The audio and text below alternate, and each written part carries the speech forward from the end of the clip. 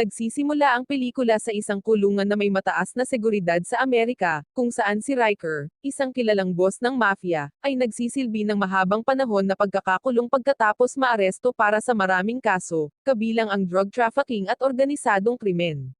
Sa oras na iyon, binisita si Riker ng kanyang anak na si Dubs. Mula nang mahuli at makulong si Riker, si Dubs na ngayon ang nagpapatakbo sa lahat ng kanyang ilegal na negosyo. Ipinangako ni Dubs kay Riker na ilalabas niya siya sa bilangguan sa lalong madaling panahon. Kahit na isang linggo pa lang ang lumipas mula noong nahuli si Riker, pinaalalahanan niya si Dubs na pangasiwaan ng mabuti ang kanilang negosyo para hindi na sila magkagulo pa. Pagkatapos ng pagbisita, pumunta si Dubs at ang kanyang mga tauhan sa isang bar upang magpahinga. Habang nasa bar, nakita ni Dubs ang isang ulat ng balita tungkol sa isang dating nangungunang sundalo ng espesyal na puwersa na nagngangalang Gunner, na nakatanggap ng maraming parangal mula sa Pangulo para sa kanyang serbisyo. Pinabagsak ni Gunner ang 12-dosenang mga terorista sa Afghanistan na nagbabanta sa Amerika. Pagmamayari pala talaga ni Gunner ang bar na kinaroroonan nila, at nandoon din si Gunner, na nagpapahinga. Ang isa sa mga tauhan ni Dubs na hindi alam na ang bar ay pag-aari ni Gunner, ay nagsimulang magdulot ng gulo sa pamamagitan ng pag-istorbo kay Claire, na asawa ni Gunner at nagtatrabaho sa bar. Si Gunner, na galit ay binugbog ang mga tauhan ni Dubs. Nang makitang madali lang na pinabagsak ni Gunner ang kanyang mga tauhan, nilapitan ni Dubs si Gunner upang humingi ng tawad. Nangako siyang aalis sa bar at ipinangako niya kay Gunner na hindi na siya manggugulo muli at pati na rin ang kanyang mga tauhan. Pagkaalis ni Dubs at ng kanyang mga tauhan sa bar ni Gunner, dumating ang mga pulis dahil may ilang lokal na nagulat ng kaguluhan. Ipinaliwanag ni Gunner na ito ay isang maliit na kaguluhan lamang at naayos na niya ito. Pagkatapos ay pinaalalahanan ng pulisya si Gunner na huwag maging masyadong matapang, dahil kababalik lang niya mula sa kanyang misyon sa Afghanistan. Makalipas ang isang oras, umuwi sina Gunner at Claire para maghapunan kasama ang kanilang dalawang anak na sina Travis at Locke. Sa panahon ng hapunan, sinabi ni Gunner sa kanila na plano niyang pumunta sa kagubatan bukas. Umaasa siyang makakasama niya sina Travis at Locke sa isang masayang family trip. Talagang nasasabik si Locke at sinabing sasama siya kay Gunner, ngunit tumanggi si Travis. Nakagawa na si Travis ng plano sa kanyang kasintahan at ayaw niyang hindi ito matutuloy. Pagkatapos ng hapunan, nakipag-usap ng pribado si Gunner kay Claire. Humingi ng paumanhin si Claire dahil hindi siya makakasama sa family trip, nagpasya siyang ipagpatuloy ang pamamahala sa bar dahil naging abala ito kamakailan. Nang marinig iyon, naunawaan ni Gunner ngunit determinado siyang isama si Travis sa trip. Kinabukasan, naghahanda sina Gunner at Locke na pumunta sa kagubatan, ngunit wala si Travis sa bahay dahil tumuloy siya sa bahay ng kanyang kasintahan noong nakaraang gabi. Nagpasya si Gunner na pumunta sa bahay ng kasintahan upang kunin si Travis kahit na ito ay nangangahulugan ng pagkuha sa kanya sa pamamagitan ng puwersa. Pagdating niya, ayaw siyang papasukin ng ama ng kasintahan, ngunit nagpumilit si Gunner at pumasok sa silid, nakita si Travis na natutulog kasama ang kanyang kasintahan. Di nagtagal, ginigising ni Gunner si Travis at mariing inilabas siya ng bahay.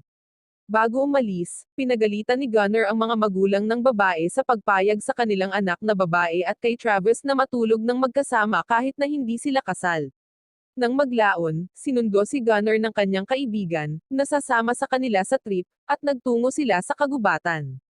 Pagdating nila, bago mag-set up ng mga tent, dinala ni Gunner sina Travis at Locke para mamasyal para tamasahin ang mga tanawin. Nang gabing iyon, si Gunner, ang kanyang kaibigan, at ang kanyang dalawang anak na lalaki ay nakaupo sa paligid ng apoy. Kahit na ayaw sumama ni Travis noong una, sa huli ay masaya pa rin siya at nagulat siya sa sobrang saya niya sa camping trip. Habang lumalim na ang gabi, sinabihan ni Gunner ang kanyang mga anak na magpahinga dahil sa susunod na araw ay manghuhuli sila ng deer. Sa umaga, nagmamaneho silang lahat ng motorbike para manghuli ng deer. Sa daan, napansin niya ang maraming patay na hayop sa isang tuyong ilog. Pakiramdam niya ay may mali, sinabihan niya sina Locke at Travis na manatili sa likuran habang siya at ang kanyang kaibigan ay nagsusuri ng mga bagay-bagay. Di nagtagal, natuklasan nila ang isang pabrika ng droga na nakatago sa kagubatan. Ang pabrika ay pag-aari ni Riker, na nasa bilangguan, at ngayon ay pinamamahalaan ni Dubs. Si Gunner, na ayaw makipagsapalaran, ay nagpasya na umalis ngunit sa kasamaang palad, ang kanyang kaibigan ay nakatapak ng isang landmine na malapit sa pabrika, na agad na pumatay sa kanya. Pagkatapos ng pagsabog, nagsimulang lumabas ang mga tauhan ni Dubs, pinilit si Gunner na labanan silang lahat. Habang si Gunner ay abala sa pakikipaglaban sa mga tauhan ni Dubs, sina Travis at Locke ay nahuli ni Dubs at ng iba pa niyang mga tauhan. Sinigawan ni Dubs si Gunner na sumuko dahil nahuli nila ang kanyang mga anak. Nang marinig ito, tumanggi si Gunner na sumuko at mabilis na nag-isip ng ibang paraan upang mailigtas sila. Kasabay nito, lihim na ipinadala ng isa sa mga tauhan ni Dubs ang lokasyon ng pabrika sa mga ahente ng DEA, dahil siya ay isang undercover na ahente ng DEA. Samantala, si Dubs, na galit dahil hindi sumuko si Gunner, ay inutusan ng ilan sa kanyang mga tauhan na tugisin siya. Sa kalagitnaan ng laban, biglang dumating ang DEA, dahilan para tumakas si Dubs, kasama sina Travis at Locke. Nahuli ng DEA ang marami sa mga tauhan ni Dubs sa pabrika, kabilang si Gunner, na pinaghihinalaan nilang isa sa mga tauhan ni Dubs.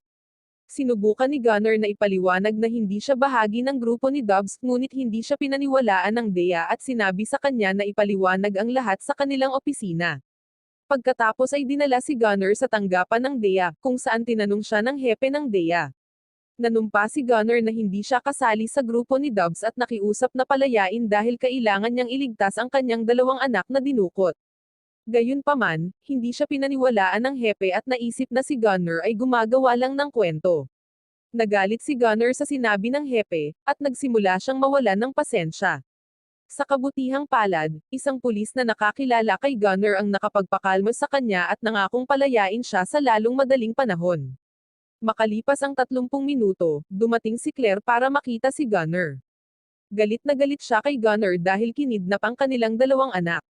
Hiniling ni Claire na tanggapin ni Gunner ang buong responsibilidad at humanap ng paraan para mailigtas ang kanilang mga anak, anuman ang mangyari. Kasabay nito, nakatanggap ng tawag si Gunner mula kay Dubs. Naniniwala si Dubs na dinala ni Gunner ang mga ahente ng DEA sa kagubatan, na naging sanhi ng pagkumpiske ng marami sa mga iligal na produkto ni Dubs. Hiniling niya na ayusin ni Gunner ang sitwasyon. Sinabi ni Dubs kay Gunner na ibalik ang mga droga na kinuha ng DEA, at bilang kapalit, palalayain niya ang kanyang mga anak. Sa oras na iyon, nanumpa si Gunner na hindi niya dinala ang DEA at nandoon lang siya para mag-camping. Sinabi pa niya kay Dubs na siya ay kasalukuyang ikinulong ng DEA mismo, ngunit walang pakialam si Dubs sa mga dahilan ni Gunner. Nagbabala siya na kung hindi niya maibabalik ang mga droga, ang mga anak ni Gunner ay papatayin. Di nagtagal, pumunta sa kanya ang pulis na nakakilala kay Gunner. Sinabi ng opisyal kay Gunner na naalis na siya sa anumang maling gawain at makakalaya na siya.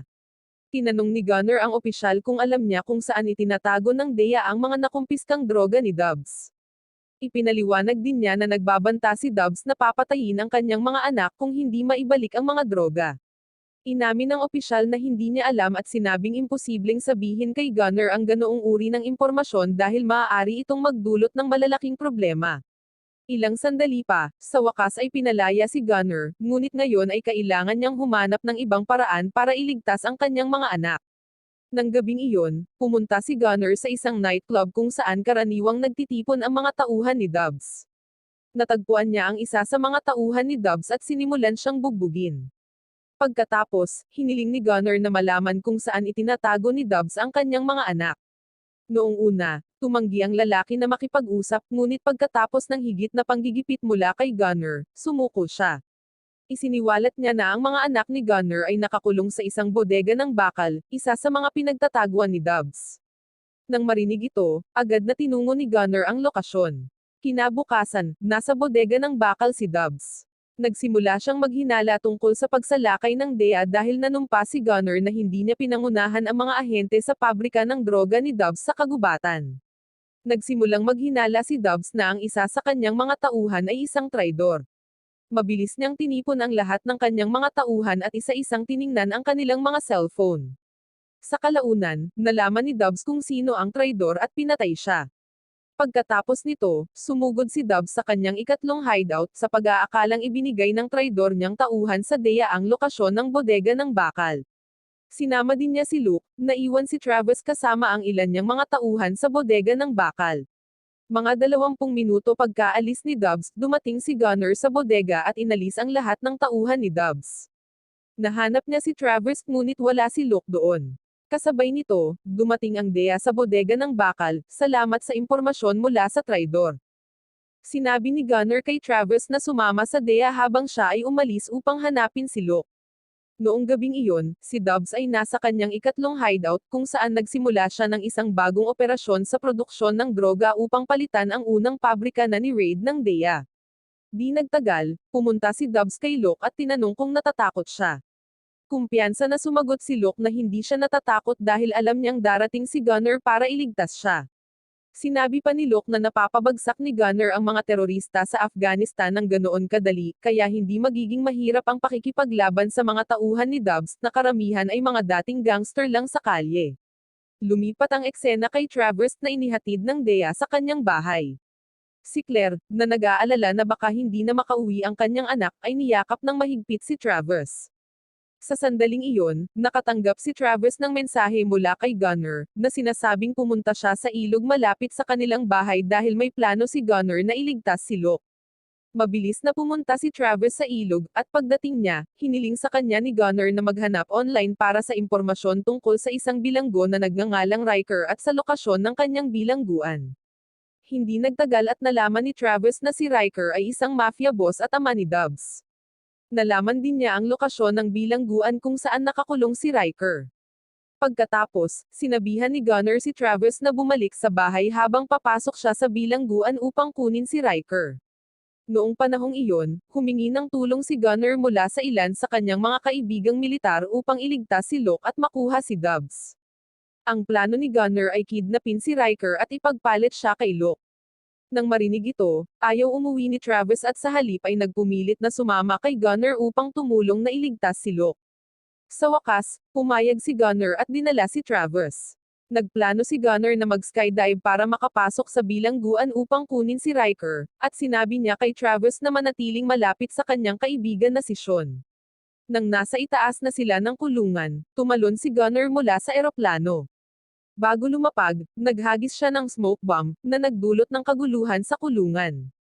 Pagkatapos ay pumasok si Gunner sa bilangguan, pinabagsak ang isang gwardya, at itinago ang kanyang sarili sa pamamagitan ng pagsuot sa uniforme ng gwardya. Gamit ang pagbabalat kayo na ito, malayang nakagalaw si Gunner para hanapin si Riker.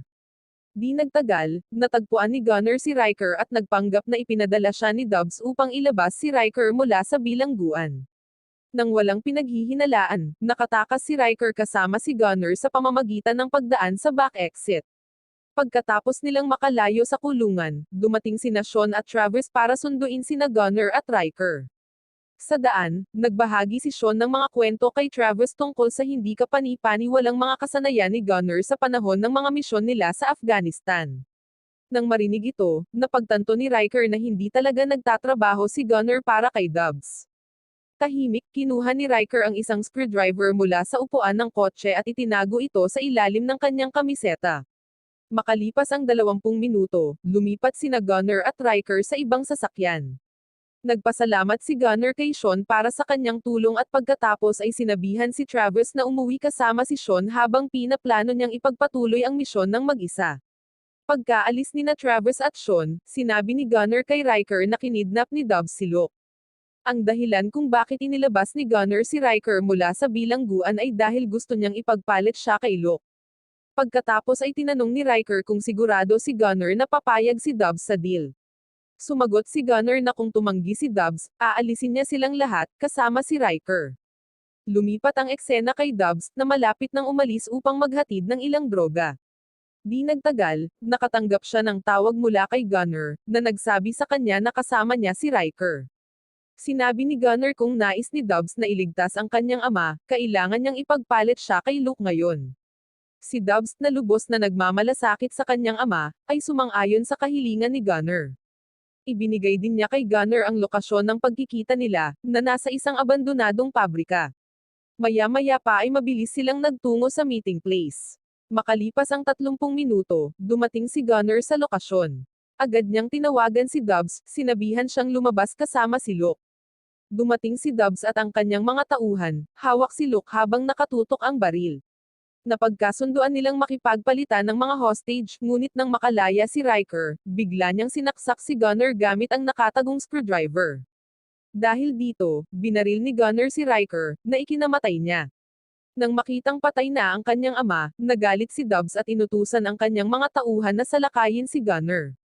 Matapos talunin ang lahat ng mga tauhan ni Dobbs, hinabol ni Gunner si Dobbs, na tumatakas kasama si Locke patungo sa isang helicopter kasama ang kanyang kanang kamay. Kasabay nito, dumating ang Dea upang tulungan si Gunner, ngunit huli na sila dahil lumipad na ang helicopter ni Dobbs, at tila nawala si Gunner. Sa panahon ng paglipad, inutusan ni Dobbs ang kanyang kanang kamay na patayin si Locke bilang paghihiganti sa pagpatay ni Gunner sa kanyang ama. Gayunpaman, hindi nila alam na nakasakay si Gunner sa helicopter. Nakipaglaban at natalo ni Gunner ang kanang kamay ni Dobbs, ngunit muntik nang matalo ni Dobbs si Gunner, halos itapon siya sa helicopter. Nagawa ni Gunner na mabawi ang kontrol at baligtarin ang sitwasyon.